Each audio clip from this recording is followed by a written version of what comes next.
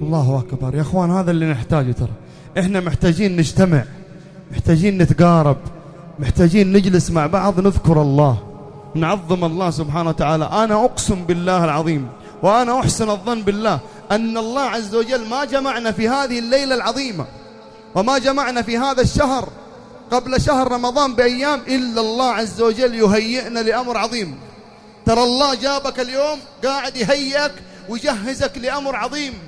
فما هو هذا الأمر؟ قد يكون الله عز وجل أحضرني وأحضرك وأجلسني وأجلسك من أجل أن يهيئني ويهيئك ويجعلني وإياك من أوليائه. أولياء الله عز وجل إيش لهم عند الله؟ واحد أصبح الليلة تائب، واحد اليوم تغير مع الله، واحد كتبها الله عز وجل من هذا المجلس من أولياء الله. إيش راح يكون مصيره؟ إيش له من كرامات؟ إيش له من فضائل؟ إيش له من بشائر؟ إيش له من خير ينتظره في الدنيا قبل الآخرة؟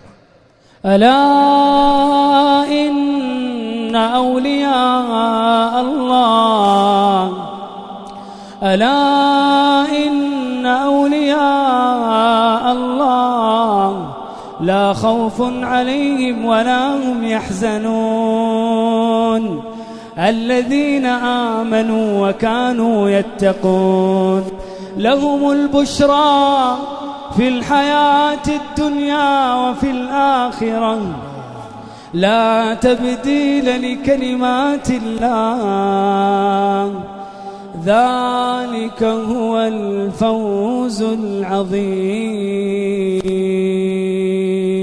بس أصبح ولي لله له بشرى في الدنيا وله جنة في الآخرة، ما في غيرها. بل يا شيخ نايف يحيي الله سبحانه وتعالى حياة طيبة في الدنيا. يحيى حياة طيبة يعني يعيش مستانس مطمئن مرتاح ولو كان ما عنده في جيبه ريال واحد. الله أكبر. وأن استغفروا ربكم ثم توبوا إليه. استغفر وتاب، إيش الثمرة؟ وأن استغفروا ربكم ثم توبوا إليه يمتعكم متاعا حسنا إلى أجل مسمى ويؤتي كل ذي فضل فضلا وإن تولوا فإني أخاف عليكم عذاب يوم كبير. تصدق بعد الآية هذه عرفت ليش التائب يرتاح، ليش التائب ينبسط، ليش الإنسان لما يتغير مع الله ويرجع إلى الله يعيش حياة مطمئنة. بعد هذه الآية وأن استغفروا ربكم، عيدها بالله، خلينا نستشعرها. وأن استغفروا ربكم ثم توبوا إليه. استغفر وتاب.